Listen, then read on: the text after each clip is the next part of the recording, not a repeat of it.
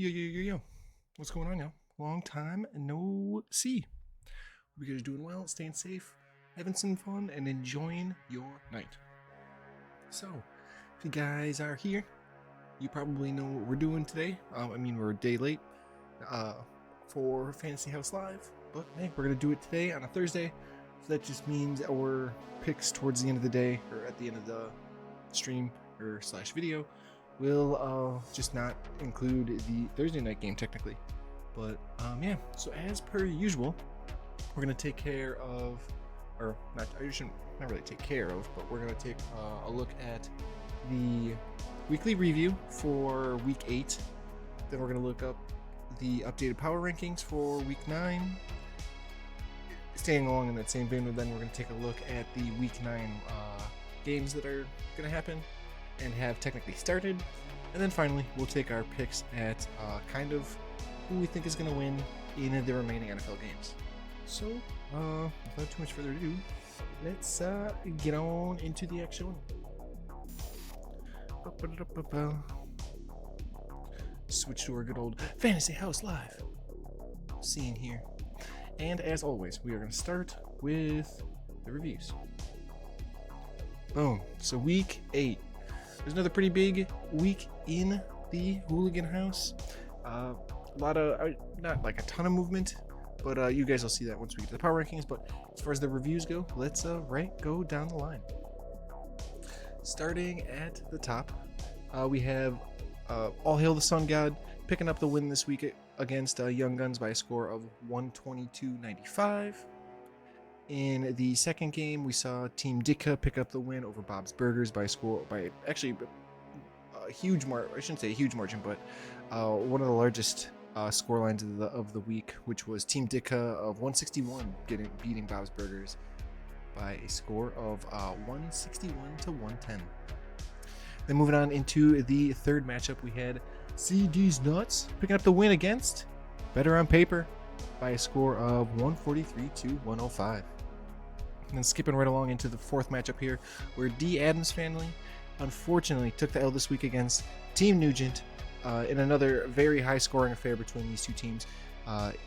Team Nugent got the win by a score of 162-141.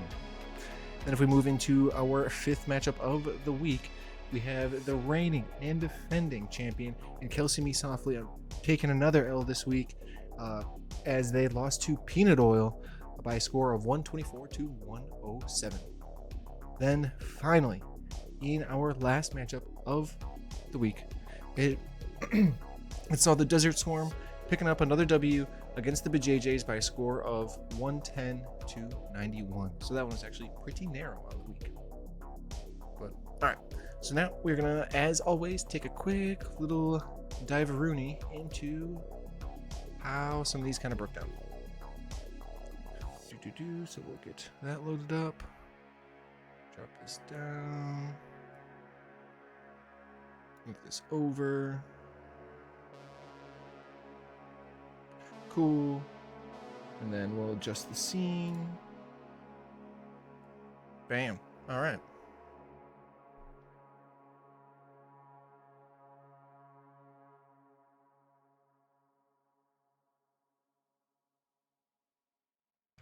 All right, excuse me. So, as we typically do, we're going to start with the quarterbacks.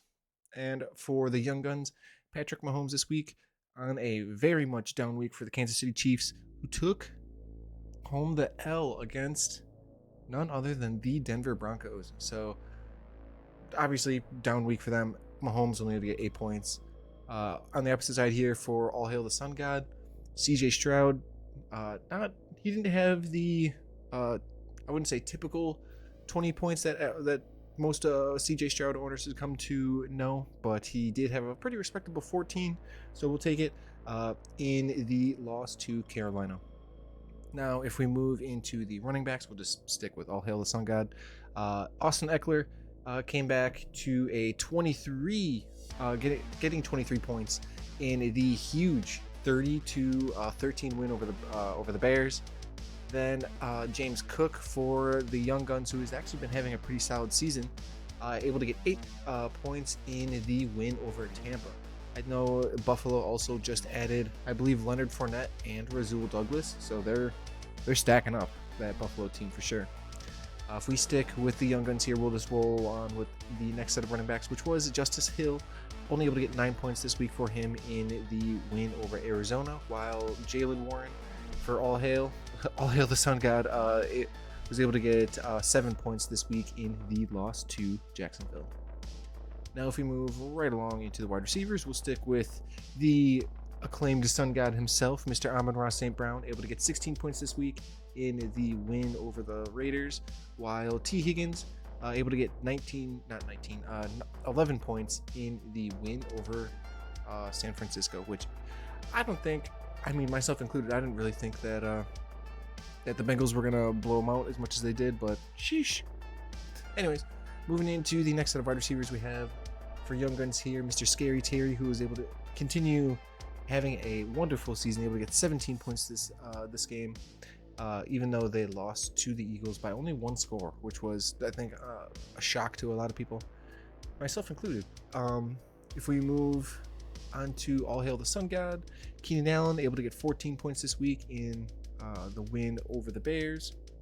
Well, if we move right on into the tight ends, we'll just stick with All Hail the Sun God here again. Once again, we had TJ Hawkinson, who had himself another phenomenal game, able to get himself 20 points. Now, I know that at the trade deadline, the Vikings traded for Josh Dobbs, so we'll see how this is going to affect TJ Hawkinson. Going down the road, they're probably not going to have, well, they might have Dobbs start, but if there's anything that's like, I guess, a silver lining is that I do have the tight end and not one of the other skill position players, like one of the like Addison or something, because a new quarterback's like best friend is either the check down to the running back or the tight end. So it totally helps that I have Hawkinson there. So we'll see. I'm expecting production to dip, but that's why, you got to dip into the waivers if you have to. But anyways, it did have before Kirk Cousins' untimely injury, he was able to get actually 20 points for that game in the 24-10 win over the Packers, who just sucked this season, unfortunately. Sad. As a Packer fan, that hurts. Then if we take a look at the young guns, who also have at their tight end, who had Mark Andrews, who just continued to ball out, able to get 14 points this week in a win over Arizona. Sir Duke Nukem, what's good, brother? Good to see you, my guy. Hope you're doing well, staying safe. Thanks for stopping on by, dude.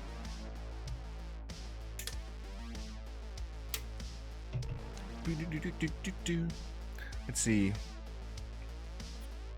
If we move into the flex spot, we got Christian Kirk able to get 18. Yeah, okay, that's not what that says. 8. Got 8.6 points in the win over Pittsburgh. I'm gonna be the this year's dumpster champ. I mean, hey, we gotta have one, right? We gotta have one. Someone's got to be it. But it's so it's so frustrating because your team is actually better on paper, but for some reason, every time you get into a matchup, the other team just does better, and it's just unfortunate. It's like you don't even have a bad team. Like, if you want to see a bad team, I could show you my work league. Now that's a bad team. Like my work league is bad. Like, it's bad. But so there's some silver lining for you. I paid $50 to essentially get my ass kicked in my work league, so that's fun. That's why it's called better on paper. Hey, I get it. I feel your pain, dude. I feel your pain. All right. Let's move into these flex positions. I know I already said that Christian Kirk was able to get 8.6 points in that win over Pittsburgh. While we look for All Hail the Sun God here, Mr. Zay Flowers only able to get 6 points himself. So a little bit returning to earth, as I know the Ravens still won that game in Arizona, and Lamar still does tend to look his way, but it was just a little bit more of a down game for him. But still 6 points, respectable. We'll take it. In the battle of the defenses, we'll stick with All Hail the Sun God since we were just on that side. The Dolphins this week able to get 8 points in that pretty much blowout win over New England. While on the opposite side here for the Young Guns, there is the Seahawks, who were able to get a 24-20 win over Cleveland, which kind of equaled out to 8 points for them. And then finally, in the matchup of the kickers, Jake Elliott able to get 10 points in that win over the 7-point win over Washington.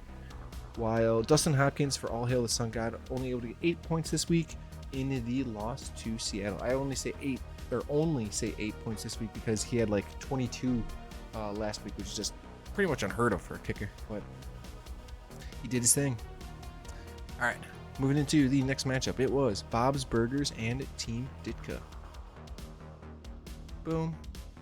All right, so starting off with the QBs as per usual.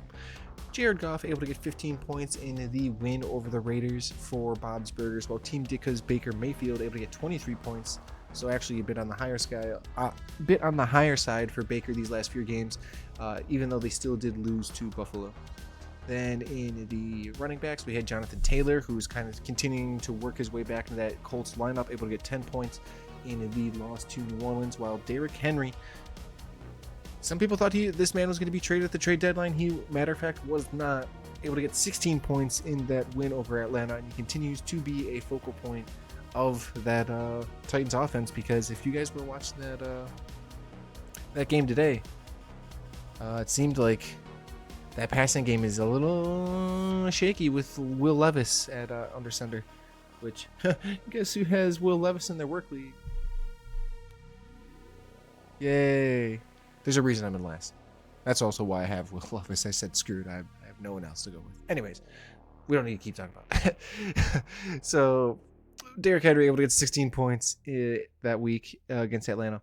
While if we move into the next set of running backs, we have DeAndre Swift for Bob's Burgers, able to get 14 points in the win over Washington, while Breece Hall for Team Ditka here, continuing to have a wonderful season for the Jets, able to get 21 points in the only 3-point win over the Giants.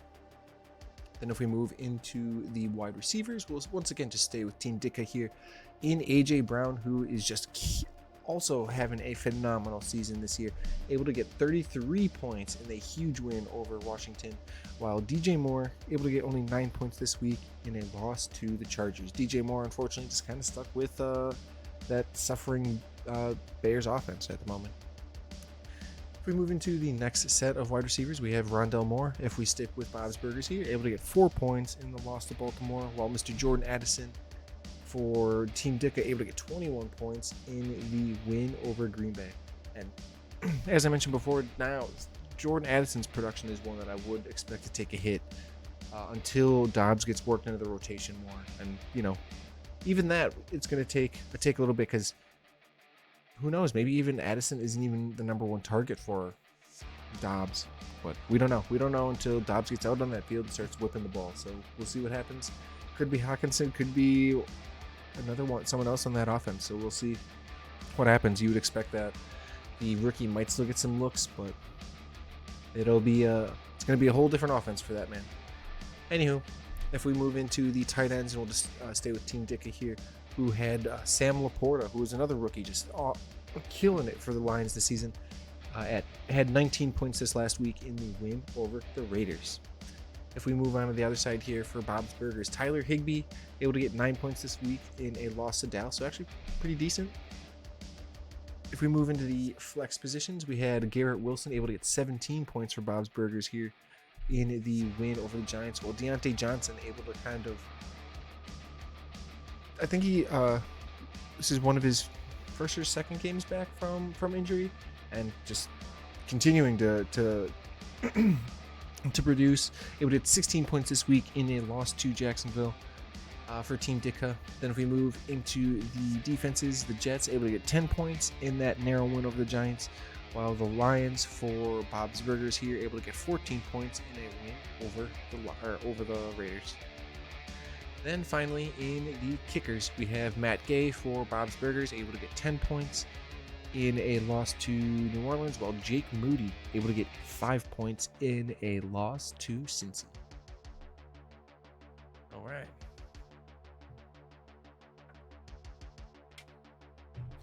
So that is the second matchup. Moving right along into our third one, which is CD's Nuts versus Better on Paper. Let me adjust this. All right, here we go. Starting as always with our QBs, Jalen Hurts for CD's Nuts able to get 30 points this week in a huge win over Washington, while Lamar Jackson only able to get 13 points in a pretty damn close win over Arizona. Then if we move into the running backs, Isaiah Pacheco, for better on paper here, able to get only 6 points this week as the Chiefs kind of got stomped by the Broncos. Aaron Jones, on the other hand, here for CD's Nuts, also kind of had a down week, only able to get 8 points this week in a loss to Minnesota. We move straight on into the running back. Next set of running backs here, we have Rachaad White for CD's Nuts, able to get 17 points in the loss to Buffalo, while the Gus Edwards, 29 big ones this week in a win over Arizona. Continuing with team better on paper, and we'll continue on with their first wide receiver, which is Gabe Davis, who was able to get 23 points this week in a win over Tampa Bay, while Davante Adams for the CD's Nuts here, the man was incredibly frustrated on that sideline. I think he was only targeted twice and only had like 11 yards or something like that. Just ridiculous. Only we had 2 points in that loss to Dallas. Sticking with CD's Nuts here, the team name, not the namesake. There we go. I was like, why was that so hard to come up with? Mr. CD Lamb able to get 41 points in a win over the Rams. That's just absurd. While Darnell Mooney, for better on paper, only able to get 5 points this week in a loss to the Chargers. If you take a look at the tight ends, we'll stay with better on paper here, who Cole Kmet had 17 points in a loss to the Chargers, and looking to be a favorite target of Mr. Bagent there, while Dalton Schultz for CD's Nuts here, only able to get 2.5 points this week in a loss to Carolina. I don't think anyone was expecting Houston to be taking the L against Carolina, that's for sure. If we move into the flex position here, we'll stick with CD's Nuts and Michael Pittman Jr., who had 18 points on the week in the Colts win over Colts. Not a Colts win, that was a Colts loss to New Orleans. Then on the opposite side here, for better on paper, Josh Kelly, able to get 2 points in the win over Chicago.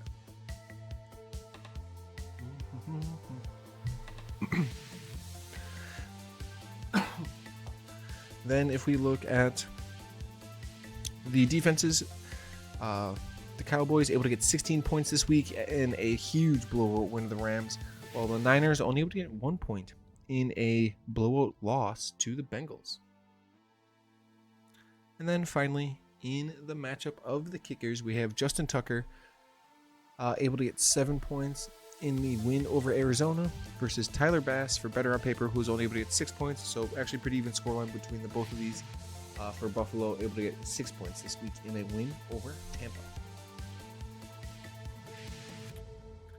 Now if we move into our fourth matchup, we have D. Adams family versus Team Nugent. All right.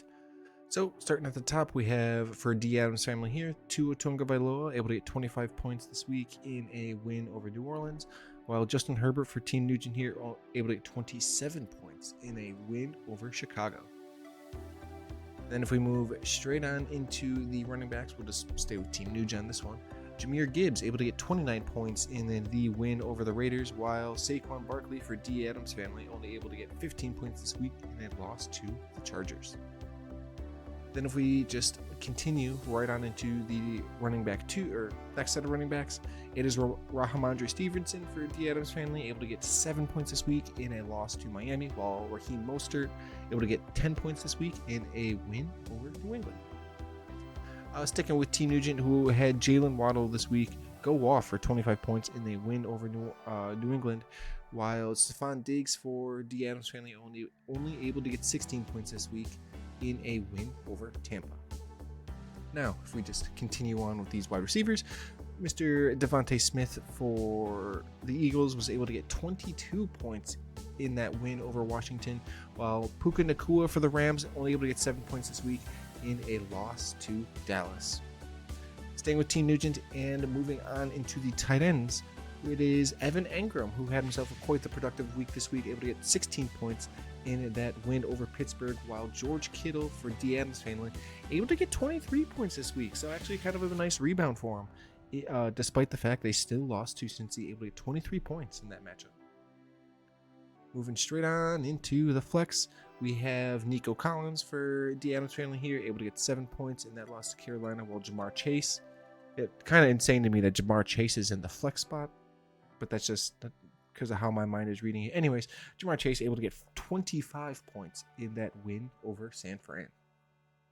Now, if we rock and roll straight on into the defenses, we'll stick with Team Nugent here, who had the Bills defense, able to get 5 points this week in that win over Tampa, while the Pittsburgh Steelers for D. Adams family able to get 8 points in that loss to Jacksonville.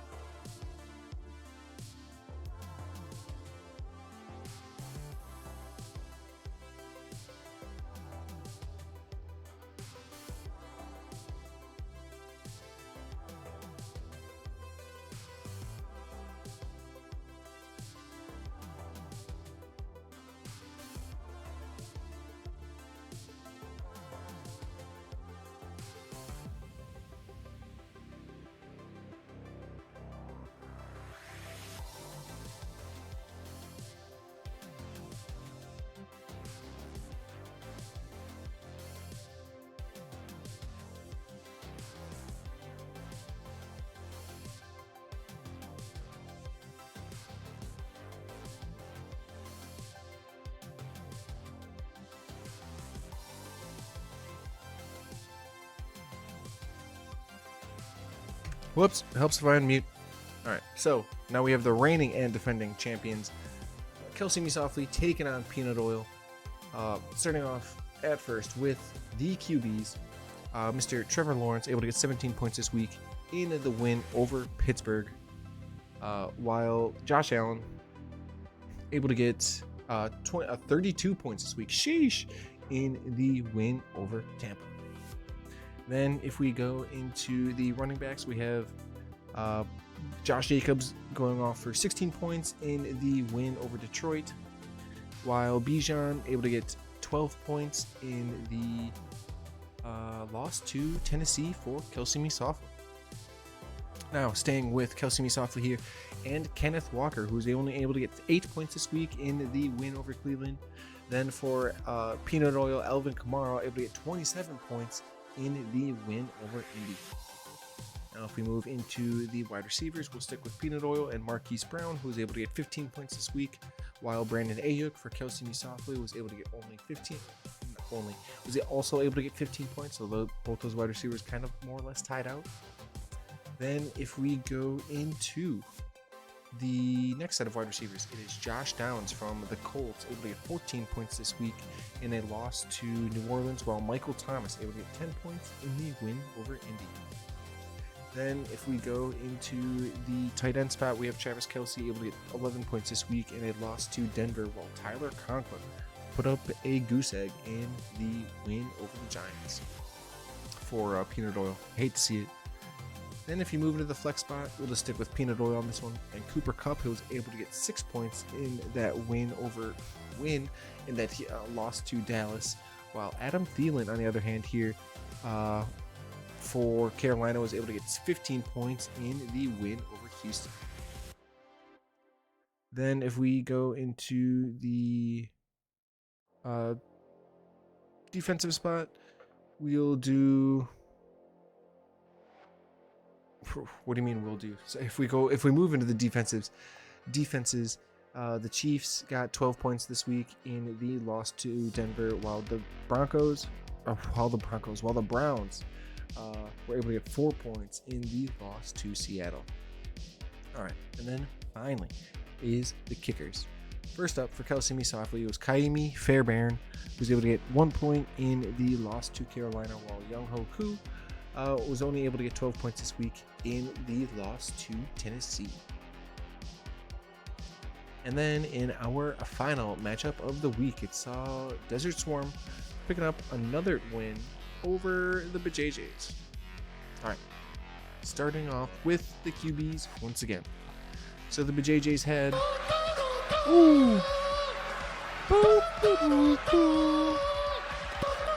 Janae! W! Thank you so much. Zio Oops. I love the TTS. Also, I didn't know I had it in this seed and it worked. Weird. Anyways, appreciate you, Famlam. Thank you so much for the resub. You're wonderful. Hope you're doing well, staying safe, and having some fun. Thank you for stopping on by. Thank you so much for the sub. Appreciate you.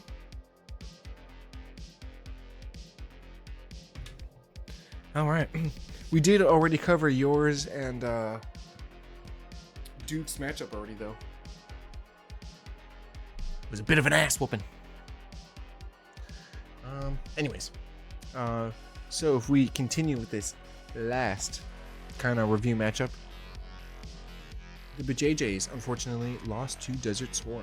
So starting off with the QBs, Kirk Cousins only able to get 20. I say only. The battle of the couples, lol. A bit more like a huge whooping. Hey, I'm trying to be nice. But yeah, it was a bit of a mollywhopping, just a little bit. Yeah, CD had 41 points just on his own. Like, what? Good lord. Talking about putting the team on your back, though. He had a broken fucking leg. If you know what video I'm talking about. Greg Jennings. Anyways.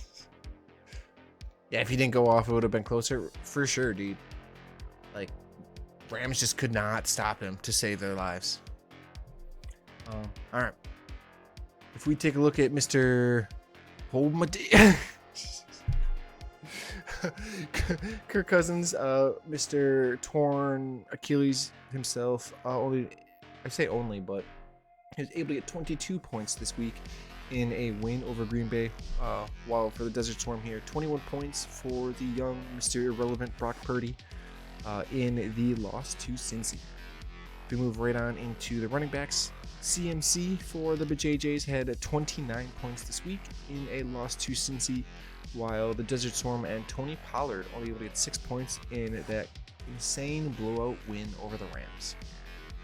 If we move into the next set of running backs, we have the Desert Swarm and Travis Etienne also throwing up 25 points. It's just huge. Man had himself a huge game against Pitt. I think he was it Etienne or was it Van Ginkel from that was running up and down? Oh wait, no, Van Ginkel's on Dolphins. But there was one of the Florida teams was like stealing the terrible towels from the Steeler fans. It was hilarious. Etienne able to get 25 points.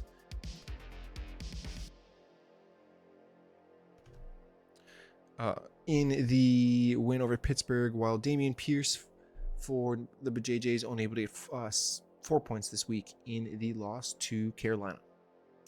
Moving right along into the wide receivers, we'll stick with the BJJs and Chris Olave, who was able to get 9 points this week in a win over Indy, while Mr. Ty Freak Hill himself also able to throw up 25 points in a huge blowout win over New England. If we move into the wide receiver twos, we'll stick with the Desert Swarm in Jacoby Myers, who had 2.9 points in the loss to Detroit, while George Pickens for the BJJs had 9.2 points in the loss to Jacksonville. Then if we move right on into the tight ends, Darren Waller for BJJs only had 1 point, roughly about 1.5 points in that loss to the Jets, while Dallas Goedert had a more respectable 7-point game in the win over Washington.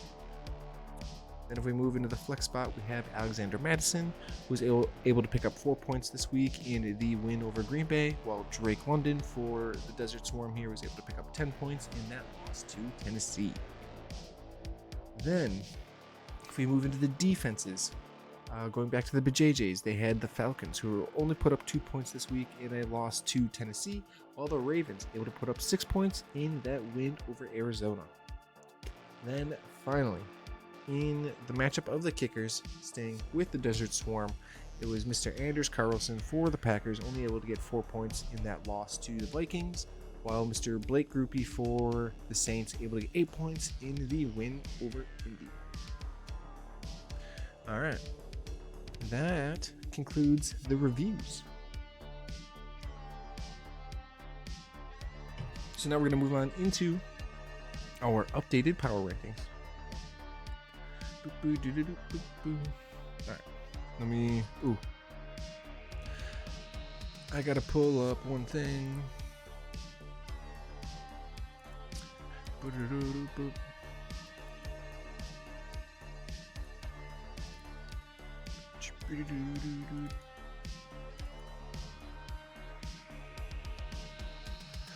Okay. Here are updated power rankings for week 8. So, there was a little bit of shifting around in our top dogs. Taking over the new number 1 top dog spot is none other than Team Nuge with a record of 6-2. Then dropping from a number 1 to the 2 spot is the Addams Family, also with a record of 6-2.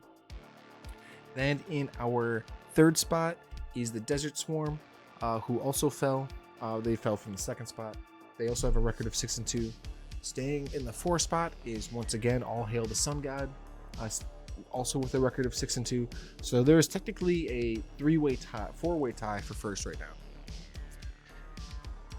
In the 5th spot this week is Team Dicka. They also did not move, sitting at a record of 5-3.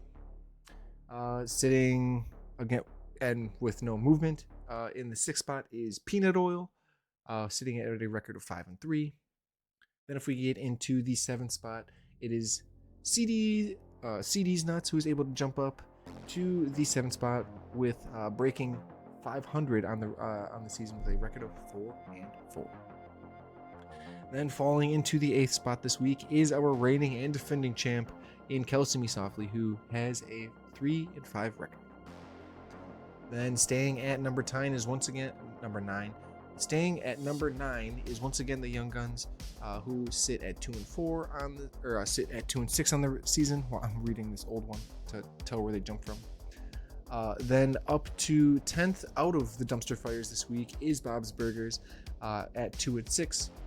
Then dropping down to the dumpster fires this week is the BJJs, who also have a 2-6 record.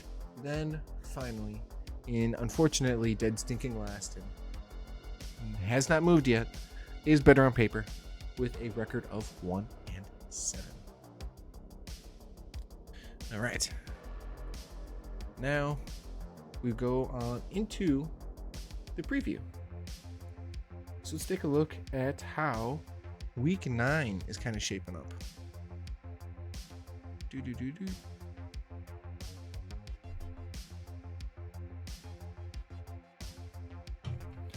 Now I know technically that these games, some of these games have started, so you will probably see some updated scores for some of these guys. Yeah, dumpster trash. Hey, rock that badge with pride, son. All right, so starting off at the top with our first matchup of the week, which is All Hail the Sun God, is taking on the BJJs. All Hail the Sun God comes into the matchup at 6-2, while the BJJs come into the matchup at 2-6 on the season. In our second matchup of the week, it is Team Dicka coming in at 5-3, taking on the 2-6 Young Guns. Then in our third matchup, it is Better on Paper, who's trying to pick up their second win of the season, taking on Bob's Burgers. Better on Paper coming into the next season or next matchup here with a record of 1-7, while Bob's Burgers is sitting at 2-6. But cannot lie, Nuge cannot win. Please, dude, if Nuge wins, that's gonna be insane. But I don't know. My division is stacked. Like, there's 4 6-2 teams. Nuge is one of them. BT's one of them. I'm one of them, and Desert Swarm, who is technically a newcomer to the league, is also one of them. But it's gonna be interesting to see how this playoffs comes out. In our fourth matchup here, we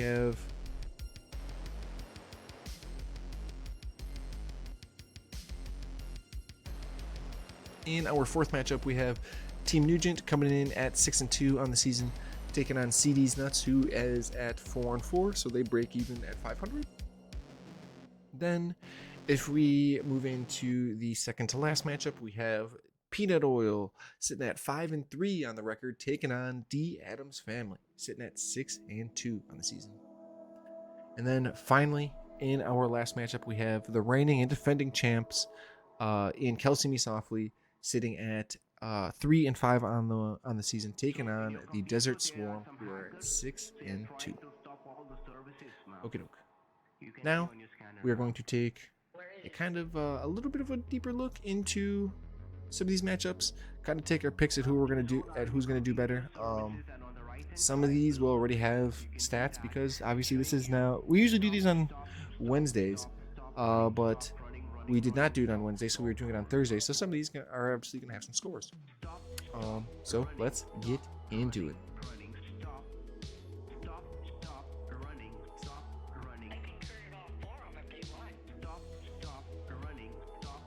Sorry, it's a great song. All right. Anyways, back to the break it down. We're gonna go back to our first matchup, which was All Hail the Sun God taking on the BJJs. Okay, so starting off at the top, as per usual, we got the QBs. And can you not? Oh, it's too hard to see up. All right, well. Okay. So CJ Stroud in Houston taking on Tampa versus Geno Smith in Seattle taking on Baltimore. Ooh, this is going to be pretty close. Tampa's actually pretty, I mean, CJ's still, I mean, he's new to the league. It's not like he's going to, light these dudes up for like 5 touchdowns. They are a little bit mediocre. Baltimore a bit better on defense. Geno, I know that both Seattle and Baltimore are going to come into that matchup with decent records, but if I had to guess, I think CJ might have the better week. Not by much, but I could be completely wrong, and we could totally see Geno just light it up. But if I had to guess, I'd guess CJ Stroud on this one. If we move into the next matchup, we have Austin Eckler and the Chargers taking on the Jets versus Alexander Madison and Minnesota taking on Atlanta. I am not a believer in Madison at all. I'm going to have to roll with the muscle hamster and Eckler. I don't like the matchup at all because the Jets are actually pretty damn fucking good, which is a weird sentence to be saying, but here we are in 2023, and we just got to face the facts. The Jets have a damn good defense. But also, in addition to that, Chargers not playing their best football this season, so I think that is going to be a little bit more of a tougher matchup, but good news for muscle hamster. He seems to eat no matter what. Moving on to the next set of running backs, we have Kareem Hunt in Cleveland taking on Arizona versus Darnell Henderson Jr. and the Rams taking on Green Bay. Ooh, these are both two run defenses that are not that great. Green Bay historically bad versus the run. Kareem Hunt has that potential to explode. We've seen him do it for different teams. We've seen him do it numerous times. Hey, yo, what's good, New Zach Attack? What's good, brother man? Good to see you. Much love. How we doing? How we feeling, guy?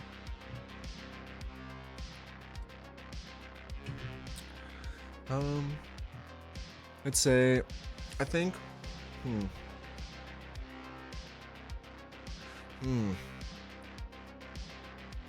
I kind of want to go with Kareem, but Arizona does have a bit more of has a better run defense than Green Bay does for sure, but I feel like it's going to be the battle of mid with the Rams taking on Green Bay. Doing good, getting better today? Hey, there we go. That's what I like to hear, dude. One day at a time. If we move into the wide receivers, we got Keenan Allen and the Chargers taking on the Jets versus Chris Olave in New Orleans versus Chicago.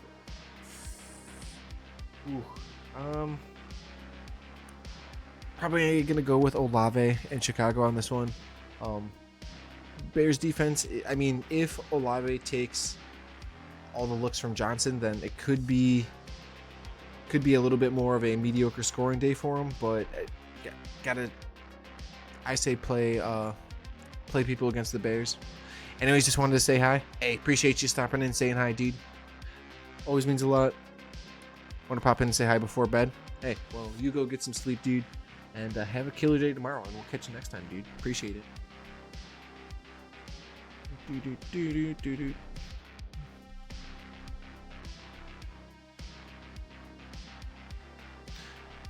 of that. All right. Then if we get into the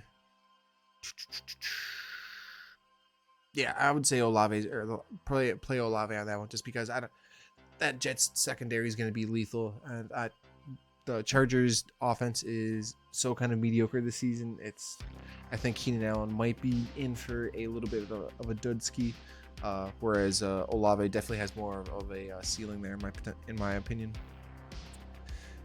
If we go into the wide receivers, or next set of wide receivers here, we have George Pickens, who's only able to get not even 2 points in that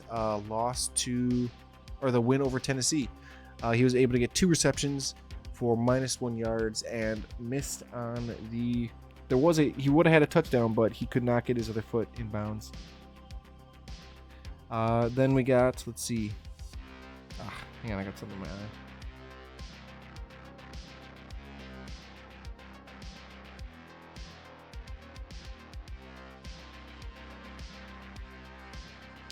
And one more thing, I am looking for revamping the Discord server tomorrow. Just want to let you know. Hey, sounds good, dude.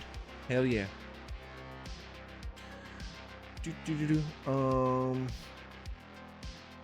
If we move on into, because he had George Pickens, Zay Flowers and Baltimore take on Seattle. I mean, it shouldn't be too hard to get more than 2 points, but we'll see. Who knows? Maybe that Seattle defense could just shut them down, but we'll see. That Baltimore offense has been quite lethal this season. Moving on into the tight ends, we got Dalton Kincaid in Buffalo taking on Cincinnati versus Taysom Hill in New Orleans taking on Chicago. Ooh, Dalton Kincaid stepping in for Dawson Knox. Taysom Hill, the gadget man for New Orleans, taking on a pretty bad Chicago team, although their defense got a little bit better with the addition of Montez Sweat. Maybe. I mean, Dalton Kincaid's been kind of on a roll lately. Cincinnati's defense, they did hold up against. Didn't they just beat like the Niners? So this could be quite the matchup here. I think I'm gonna go ahead and still roll with Dalton Kincaid. I'm not 100% sold on Taysom Hill scoring like huge tight end 1 numbers yet, but it's also, I mean, he definitely has the potential to, especially against Chicago, because Taysom Hill can also take snaps at pretty much literally every other position. So if we move into the flex spot, we got Rashee Rice in Kansas City taking on Miami versus Tyler Lockett in Seattle taking on Baltimore. Ooh.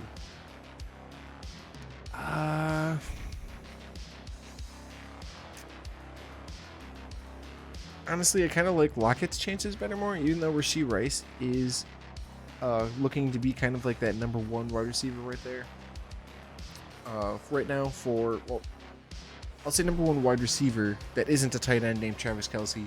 Rashee Rice seems to be kind of making his way on that offense. I don't like the matchup going against Miami, especially because Miami just got Jalen Ramsey back, so he's going to be starting to kind of ball out more and more. So like, and it's not like Tyler Lockett really has a favorable matchup in Baltimore either. They're also a pretty stiff defense. But if I had to guess, I might go with Tyler Lockett. I don't know. It seems like that one might be more of a push. I'm just not entirely sold that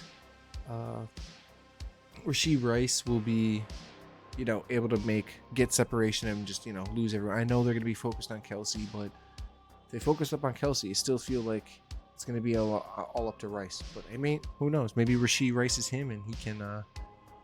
He's going to actually moss some dudes, so we'll see. But if I had to guess, I'd say Tyler Lockett might have the better day, but just slightly. All right, we move into the defenses. We got the Raiders taking on the Giants versus the Falcons taking on Minnesota, who are going to have a new quarterback. Gotta go with the Falcons on this one. For like I just said, they're going to have a brand new stinking quarterback in there. It's either going to be their rookie or they're going to roll with Dobbs, who's literally just got into town. I know the Raiders are a pretty formidable defense taking on the Giants, who just look bad this season. So I would expect the Raiders to be able to put up some points, maybe get some turnovers, but just the fact of how new everything is going to be in Minnesota and how they have to completely change their game plan, I I think the Falcons might be able to go in there and cause some havoc. Then in the battle of the kickers, we have Dustin Hopkins in Cleveland taking on Arizona versus Blake Grupe in New Orleans taking on Chicago. I honestly think that Hopkins will have the better day. I can see more of a chance of Cleveland stalling out and having to kick field goals than I see of New Orleans stalling out against Chicago. But hey, I could be totally wrong on that. All right, moving into matchup number 2, which is Team Dicka taking on the Young Guns. Starting off with the QBs, we have Baker Mayfield in Tampa taking on Houston versus Patty Mahomes and KC taking on Miami at 8:30 in the morning. What the fuck?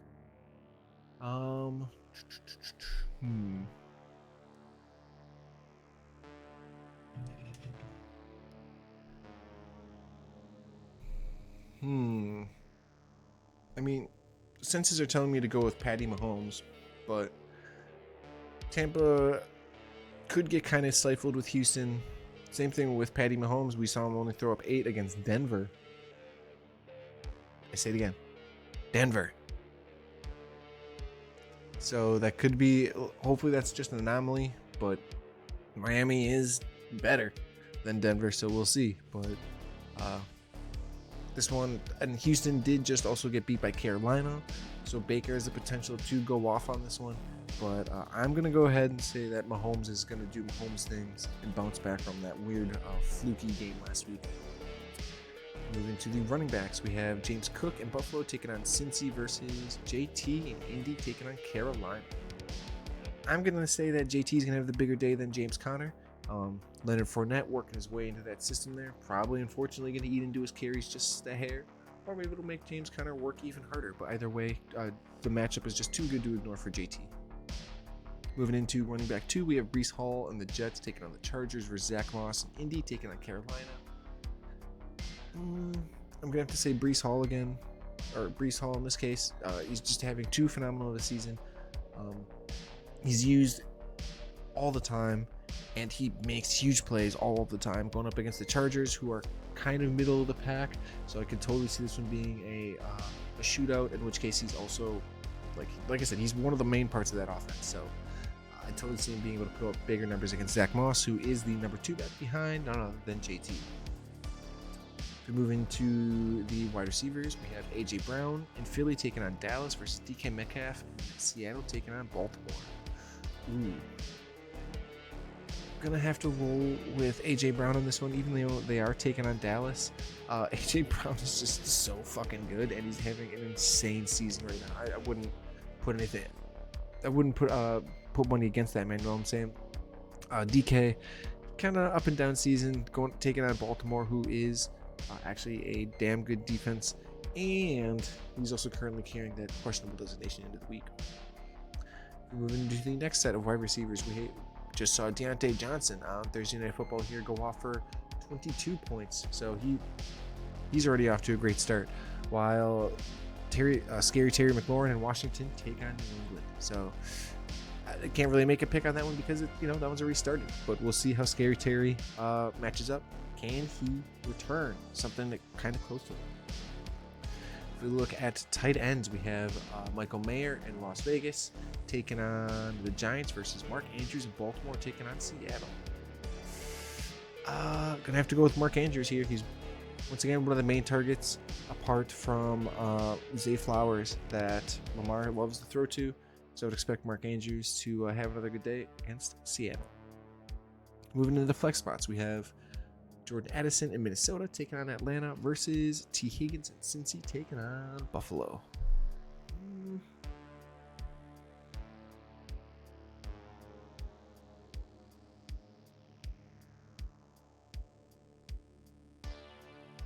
Probably would have to go with T. Higgins on this one, just because Jordan Addison is going to be an unfortunate byproduct of Kirko getting injured, and them working with either the rookie or Josh Dobbs, so he's still going to kind of build up that repertoire with them. So I would say T. Higgins is going to have a bigger day.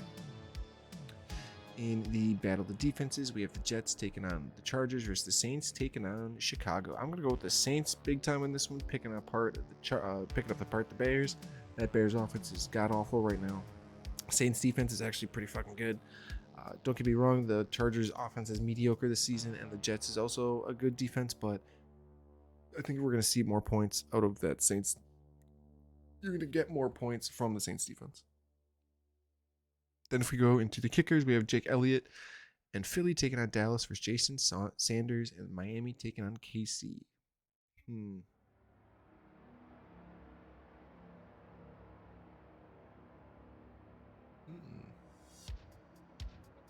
Both these games could be shootouts, that's for sure.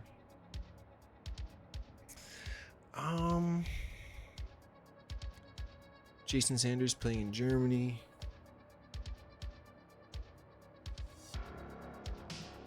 Jake Elliott.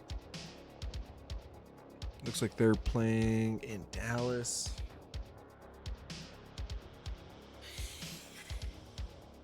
I think Jake Elliott will have the better day, because I think it might come down because both those teams have not only the ability to drive deep into the red zone, but they also have the ability to score a lot of points. They also have the ability to kind of stall out in the red zone and still kick it.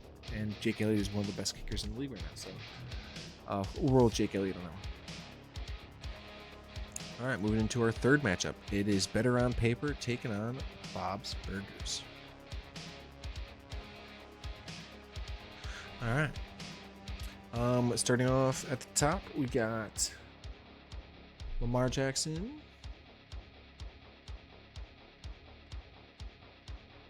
And Baltimore taking on Seattle versus Joe Burrow, and Cincy taking on Buffalo.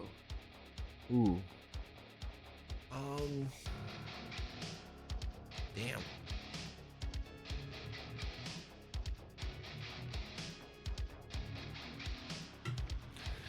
Buffalo, good defense. Seattle, middle of the pack defense. You know what? I'm going to go with Lamar on this one. Purely just based on the matchup.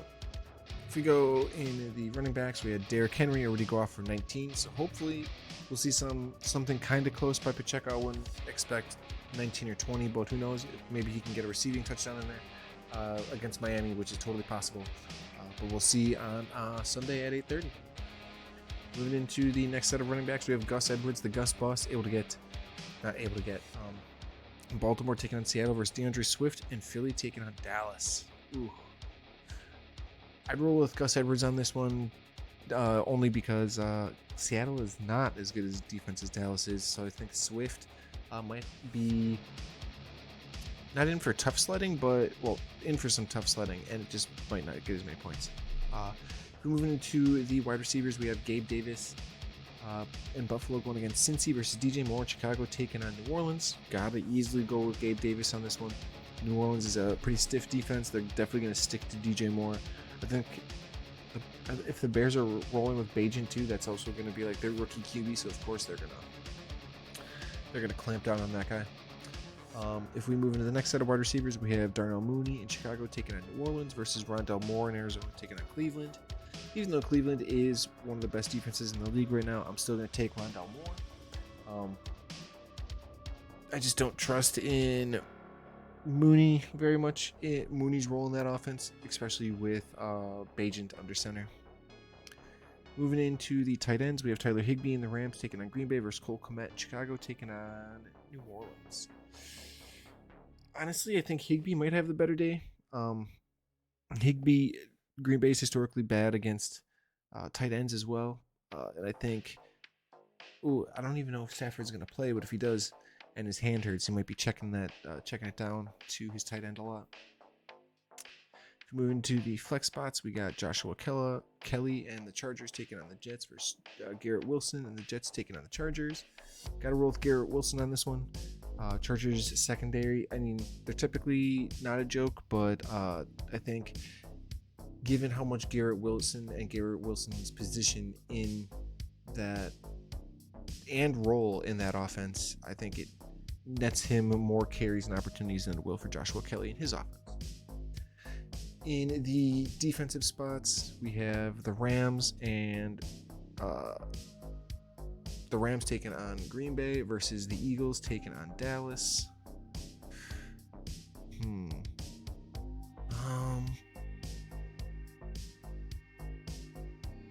I think would probably have to roll with the Rams defense.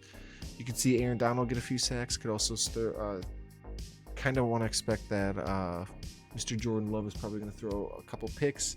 Sad, but I think that's what's going to happen. We move into the kickers. We got Tyler Bass and Buffalo taking on Cincy versus Matt Gay and Indy taking on Carolina. I think Tyler Bass actually might have the better day with Buffalo. Some of those drives might get stalled because of that Cincy defense if they decide to play, and I might force more actual field goals than I think Indy taking on Carolina will. I could be wrong on that one too, and you could also just see a bunch of drives stall, in which case it forces people to go for the field goals. So we'll see. In our fourth matchup, we have Team Nugent and CD's Nuts. All right, starting at the top. We have Justin Herbert and the Chargers taking on the Jets versus Jalen Hurts and Philly taking on Dallas.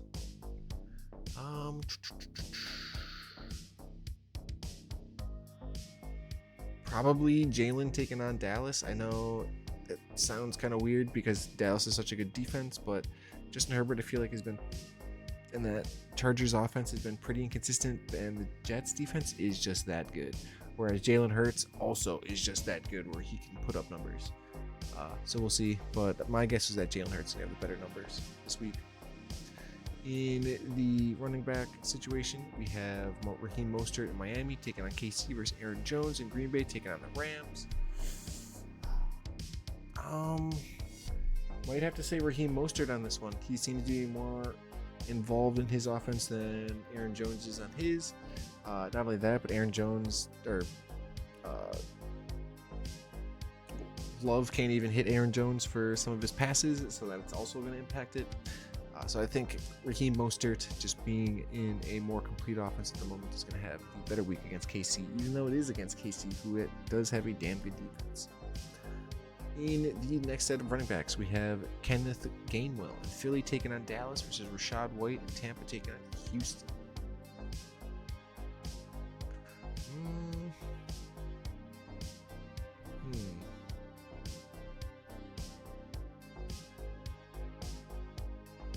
I think maybe Rashad White.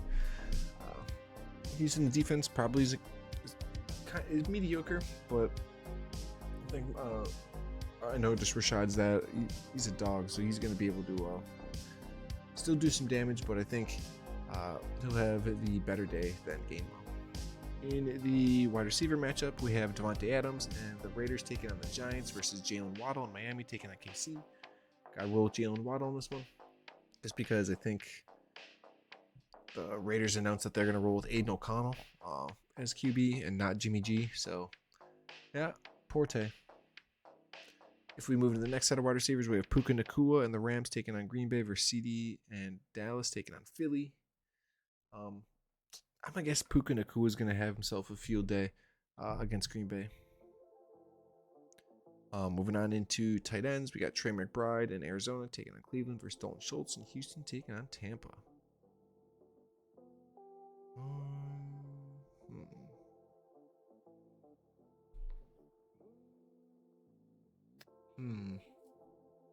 Damn, not ideal matchups either for either of these.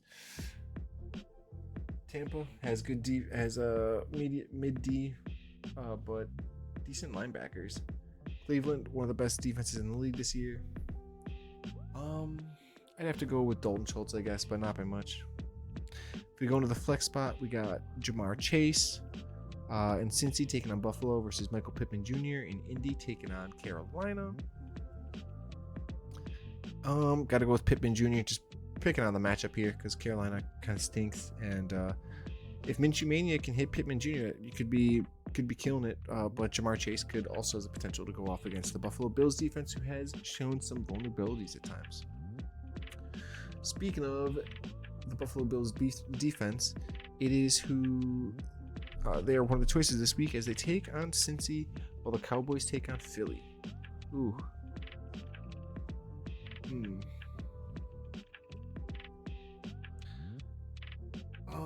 Give me. I think maybe the Bills will have the better, higher amount of points. I just think that there's too much potential for a shootout between Dallas and Philly. If we move into the kickers, we have Cameron Dicker, the kicker, in the Chargers taking on the Jets versus Justin Tucker, and Baltimore taking on Seattle.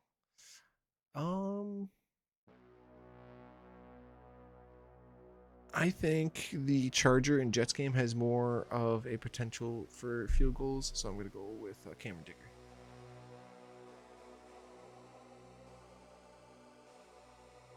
Moving into our fourth matchup, which is Peanut Oil taking on the Addams Family. Okay.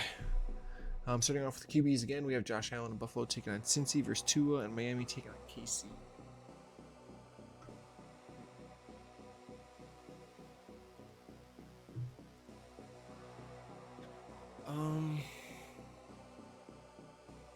I'm going to go with Tua. The man has just been balling out this season. Even though it is against KC, who does have a pretty formidable defense. I kind of am not. It's not that I'm not sold on Josh Allen, even though he is great. He just throws a lot of interceptions. I think that sometimes, maybe a little bit more oftentimes than not, as of late, they end up costing him later in the game. Just the fact that they had that turnover later on or earlier. You know what I mean? But anyways, if we move into the running backs, we have Josh Jacobs in Vegas taking on the Giants for Saquon, and the Giants taking on they're taking on each other. I think Jacobs will have the better day, just because I'm not sold on the Giants offense at all. Moving to running backs number 2, we have Alvin Kamara, and New Orleans taking on Chicago versus Ramondre Stevenson, and the Patriots taking on the Washington. Ooh, both these guys I think are actually going to do good, especially considering that both Chase Young and Montez Sweat are gone from that Washington defensive front. So Ramondre is totally in line to have a good day, while Alvin Kamara is going to be taking on Yannick Ngakoue and Montez Sweat. But the Bears' defense is better than their offense slightly, so I could, man.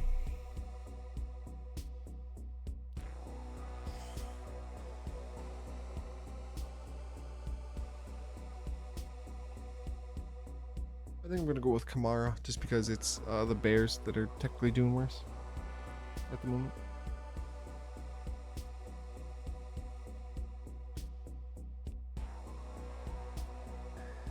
Alright,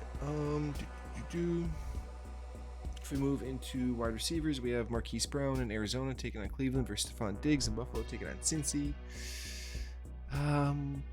My guess would be Stephon Diggs having the better day, but just slightly.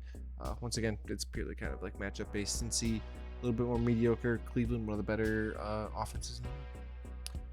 Also, Marquise Brown also doesn't have Dobbs throwing to him anymore, so that could be a problem. Although Kyler might be coming back soon, so that's good. Anyways, moving to the wide receiver 2s, we have Michael Thomas, New Orleans taking on Chicago versus Devontae Smith and Philly taking on Dallas.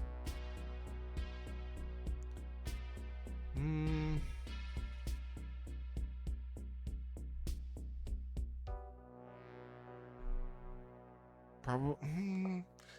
I want to say Devontae Smith, but I think I'm going to go with Michael Thomas might have the better day, just because it is the Bears. Picking on him a little bit. If we go into the tight ends, we have Gerald Everett and the Chargers taking on Luke Musgrave, and the Packers taking on the Rams.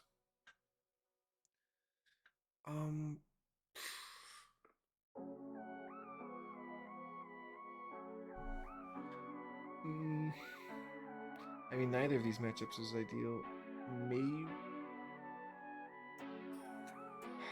Maybe Gerald Everett. I don't know. That one seems like a push. It's too close. Moving to the flex, we got Cooper Kupp and the Rams taking on GB versus Nico Collins and Houston taking on Tampa. Probably just keep Cooper Kupp in, even though I don't know if he'll be shattered by Jair all night, or all day. But since we do typically play a lot of zone, I doubt that he will. But I probably expect that Cooper will have a bigger game. We move into the defenses. We have the Browns taking against Arizona, who are looking to at least match 7 points, set by the Steelers, who won against the Steelers. Then in the kicker spot,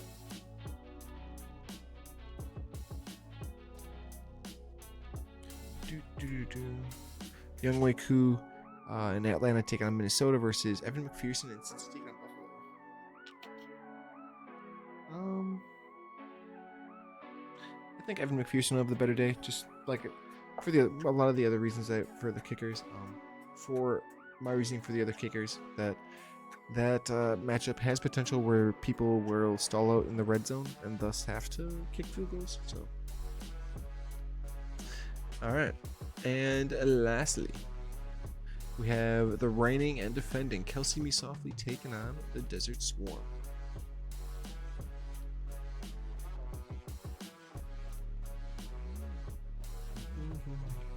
All right. Starting off with the QBs, we had Will Levis in Tennessee, who lost to Pitt, got 11 points. Gardner Minshew on the opposite side here, looking to at least get that in taking on Carolina, which they should based on the matchup. In the set of running backs, we have Tony Pollard in Dallas taking on Philly versus Bijan. In Atlanta, taking on Minnesota. Got to roll with Bijan in this one. Hopefully he's healthy. Taking on a Minnesota defense that isn't that great this year. Moving into running back 2, we have Devin Singletary in Houston taking on Tampa versus Kenneth Walker in Seattle taking on Baltimore. I've never really been sold on Devin Singletary, so I think Kenneth Walker is going to be the guy. Might have a more narrow stat line, but I think he is going to outscore him. If we move into the next set of wide receivers, we have Tyreek Hill in Miami taking on KC versus Tank Dell in Houston taking on Tampa. Gotta go with Ty Freak. Can't bet against the man. Especially going against his old team. In the next set of wide receivers, we have Jacoby Myers in Las Vegas taking on the Giants versus Josh Downs.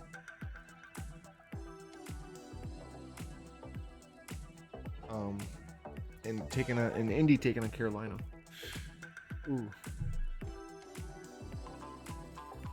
I kind of like Josh Downs in this sense, just because picking on Carolina a bit, not as good. Moving into the tight ends, we have Dallas Goedert and Philly taking on Dallas versus Travis Kelce and KC taking on Miami. Gotta go with Kelce. He's just the main focal point of that Chiefs offense right now. Moving into the flex, we got Amari Cooper in Cleveland taking on Adam Thielen in Carolina taking on Indy. Gotta go with Adam Thielen. It seems like he has been the favorite target of Bryce Young, putting up damn good numbers, and the Indy defense is pretty alright, but I expect that Thielen will probably have a bigger day. Moving into the defenses, we have the Ravens of Baltimore taking on Seattle versus the Chargers taking on the Jets.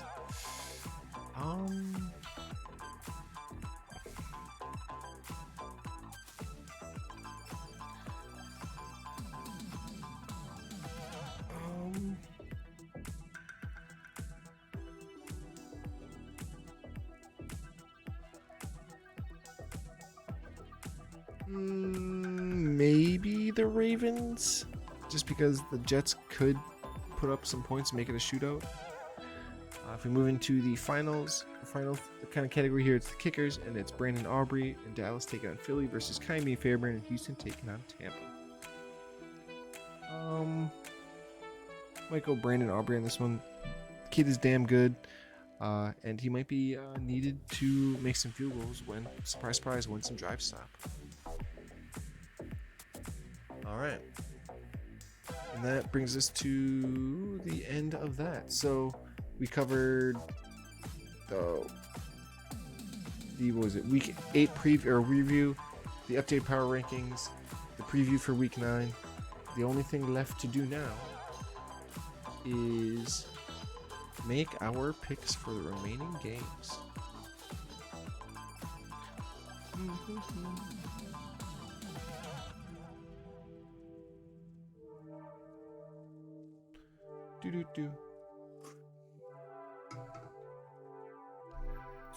Okay. This is week 9, and did we do the Thursday one? Probably all the way at the bottom, right? Yeah, okay, so we won't worry about that. We'll get all these on one page somehow.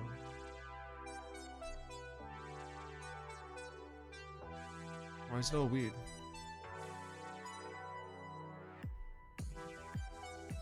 Is it schedule? Yes, okay.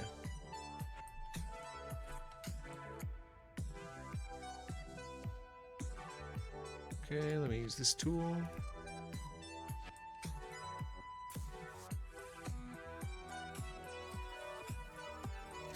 Man, I'm hoping I can squeeze out a win this week. If not, then I'm def holding the dumpster fire title. I feel your pain, brother. Alright, then let's minimize that, minimize that. Pop this open. We'll save this as...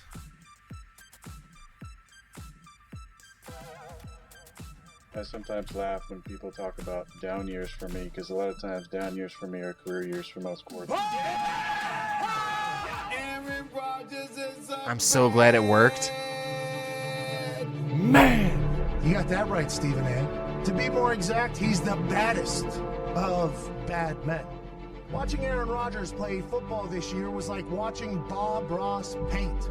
It was mythical. It was magical. You got entranced by the talents and abilities, thinking, how did that man do that? Throwing for 4,299 yards, 49 tuds, surpassing 50,000 career passing yards, and 400 passing touchdowns. He's now the owner of the top 2 passer ratings in the history of the NFL. None of us know what that means. But what we do know is that when Aaron Rodgers plays football, it is impossible to think that what he's doing is possible. For the third time out of Butte County, your MVP, Aaron Rodgers. I feel like I've been in the conversation for a number of years outside of the 2 that I've won. There's not many guys that have won 3, so that would definitely mean a lot. Let him know, A-Rod.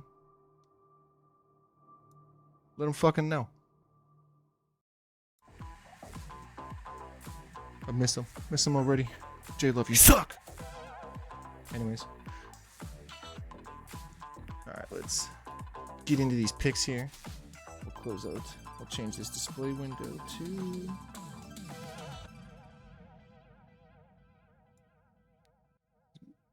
Microsoft motherfucking Paint.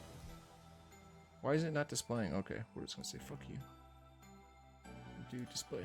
There we go. Perfect. Alright. Let's zoom in a little bit.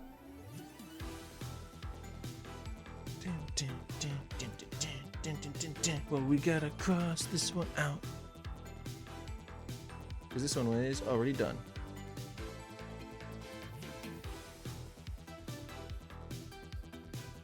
I feel like this isn't like an 80 montage song.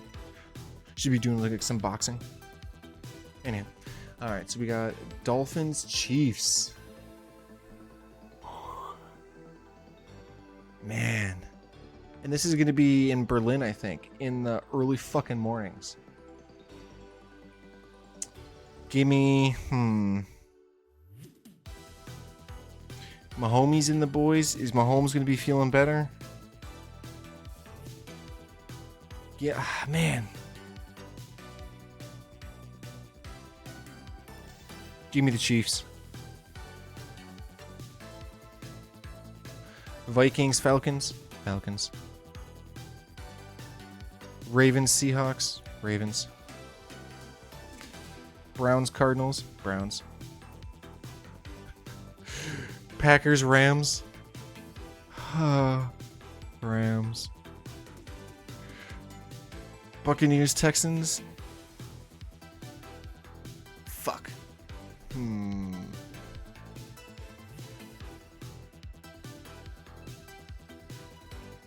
Let's go CJ Stroud. Let's go Texans. Commanders and Patriots. Oh, God. I mean, they just made... Their team just got worse. Give me the Pats.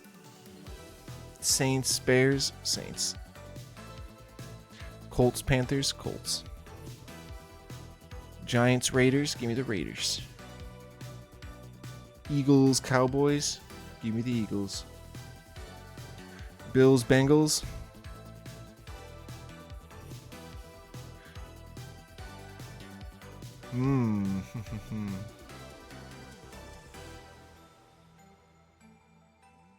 Fuck it. Give me Joey B and the Bengals. Chargers, Jets. That's a gross game. Give me the Jets.